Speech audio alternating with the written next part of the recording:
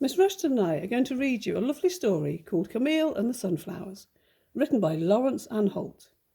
And it's about a very famous artist that you guys might have come across in your art lessons with Mrs. Fitzherbert. So let's begin.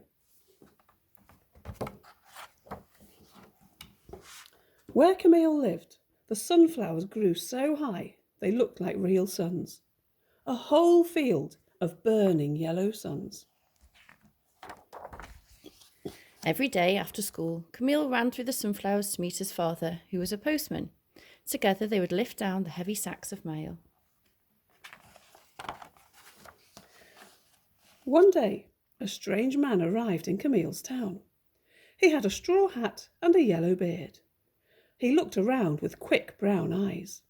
"I am Vincent, the painter," he said, smiling at Camille. Vincent moved into the yellow house at the end of Camille's street. He had no money and no friends. "Let's try and help him," said Camille's father. So they loaded up the postcart with pots and pans and old furniture for the yellow house. Camille picked a huge bunch of sunflowers for the painter and put them in a big brown pot. Vincent was very pleased to have two good friends. Vincent asked Camille's father if he would like to have his picture painted, dressed in his best blue uniform. "You must sit quite still," said Vincent. Camille watched everything. He loved the bright colours Vincent used and the strong smell of paint. He saw the face of his father appear like magic on the canvas. The picture was strange but very beautiful.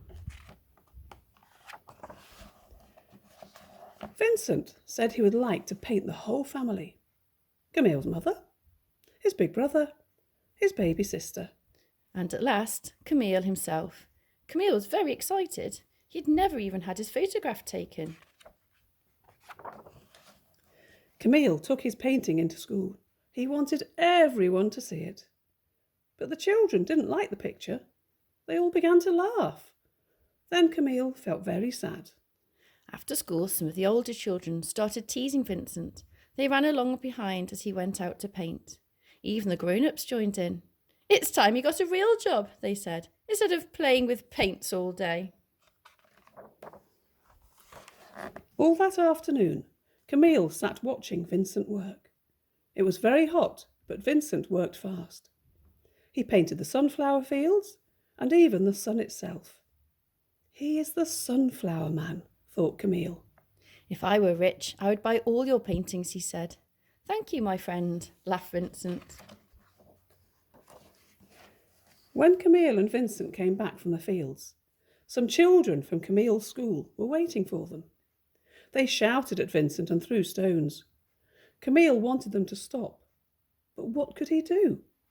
He was only a small boy. At last he ran home in tears.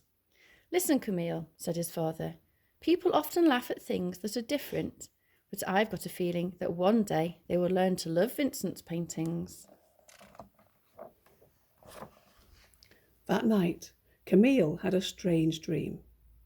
He saw Vincent standing in the moonlight high above the town. He had stuck candles on his hat so that he could see. The sunflower man was painting the stars. Early next morning, Camille was woken by a loud knocking at the door. Some men from the town had come to see his father. "Listen, postman," they said. "We want you to give this letter to your friend. It says he must pack up his paints and leave our town." Camille slipped out through the back door and ran down the street to the yellow house. It seemed very quiet inside. Then Camille saw the sunflowers he had picked for Vincent. They had all dried up and died. Camille felt sadder than ever. He found Vincent upstairs packing his bags. Vincent looked very tired, but he smiled at Camille. "Don't be sad," he said. "It's time for me to paint somewhere else now. Perhaps people there will like my pictures. But first, I have something to show you." Vincent lifted down a big picture. They were Camille's sunflowers, bigger and brighter than ever. Camille looked at the painting. Then he smiled too. "Goodbye, sunflower man," he whispered, and ran out of the yellow house into the sunshine. Camille's father was right. People did learn to love Vincent's paintings. Today, you would have to be very rich to buy one, but people visit galleries and museums all over the world just to look at pictures of the yellow house, of Camille and his family, and most of all, the sunflowers, so bright and yellow, they look like real suns.